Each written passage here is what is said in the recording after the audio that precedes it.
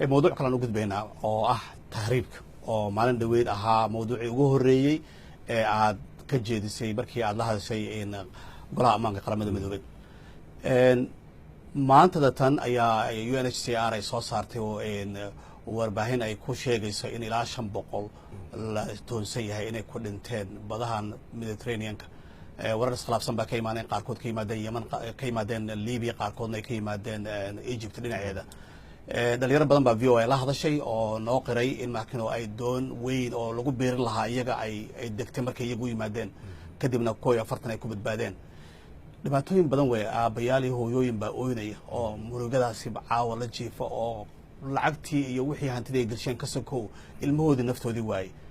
مسؤولية النوع عاسية الله صارنا يا إسكاله والله ده مسؤولية النوع عاسية ده طبعا أنا ومسؤولية نعم كلنا هذا ده كان مسؤول كنا مسؤولية ده إيو حلقة أمة الصومالية إنه ديبتي أوي يا مسؤولية ده سياد نو عيسى دولة الصومالية هدي عنها لكن حقيقة دبتها جرت وحيتها هاي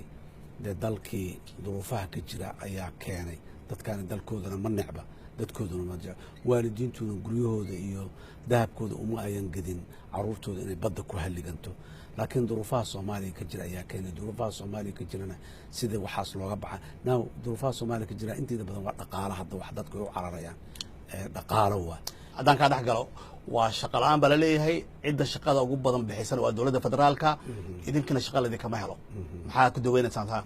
dowladda federaalka inta awoodi karta shaqo way bixisaa maanta Soomaaliya cidda ugu badan ay wax shaqaalaysa loo shaqeeyo waa dowladda laakiin inta hadda ay bixisaa ka badan awoodeedii baanay lahayn laana qofka markaas shaqaalayso xuquuq uu leeyahay haddii xuquuqdiisa aanu heli karin kuwa hadda aan shaqaalaynay oo ama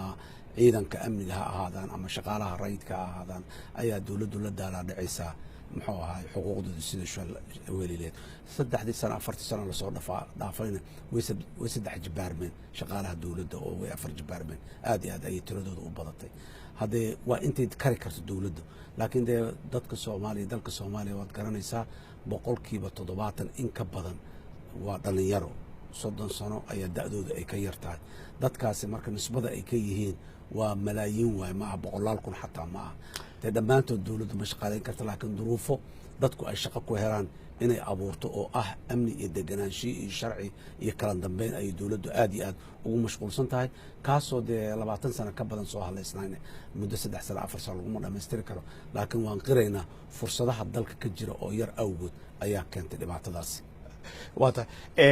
malahaas aad la socotay VOA-du waxay furtay barnaamij ay dhalinyarada kaliya ugu tala gashay oo koodii barka duhurnimo soo gala waqtiga Muqdisho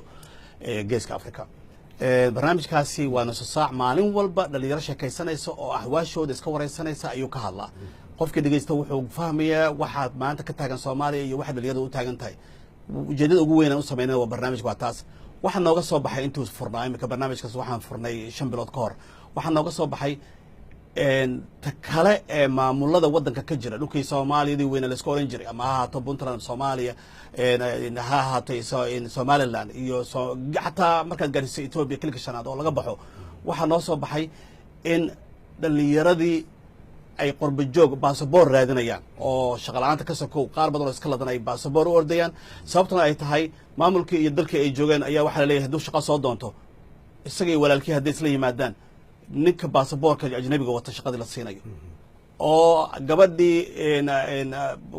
wiilka uu deedgareynayay uu la socday uu la sheekaysanayay ay reerkoodu leeyihiin maxaad ku falaysaa midkan kan ka yimid London ama Europe ka yimid ama Mareykanka ka yimid guurso sheekooyinka aan dhalinyarada ka maqlay ka mid tahay marka haddii waalidiintii iyo mas'uuliintii kulluba ay u heelinayaan oo ay wax ku standardku uu yahay in qurba ka yimid laga hormarinay kii dhalinyarada soo aad kuma leeyihiin in markan aad qurba joogta aad ka hormarisaan ma aad kuma leeyihiin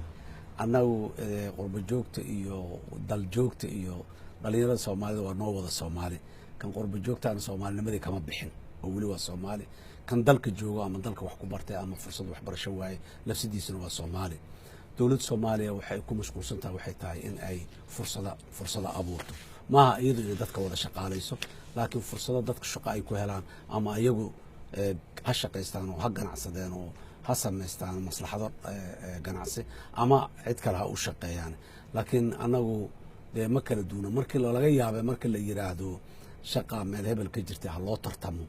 in dee uu qof dibadda ka yimiday kii gudaha ka yimiday uu tartanka uga badiyo laakiin weli dadka maanta soomaaliya ka shaqeeya inta badan dadka dalka gudihiisa jooga waay meelo yaryar oo laga yaabo dadka qurbaha ka yimid ay ku shaqo ka helaan way jirtaa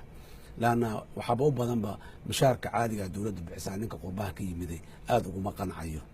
dhalinyarada locaalka ayaa ku qanacda waana kuwaas kuwa maanta soomaaliya marka dowladda soomaaliya dhalinyarada soomaaliyeed ma kala saarto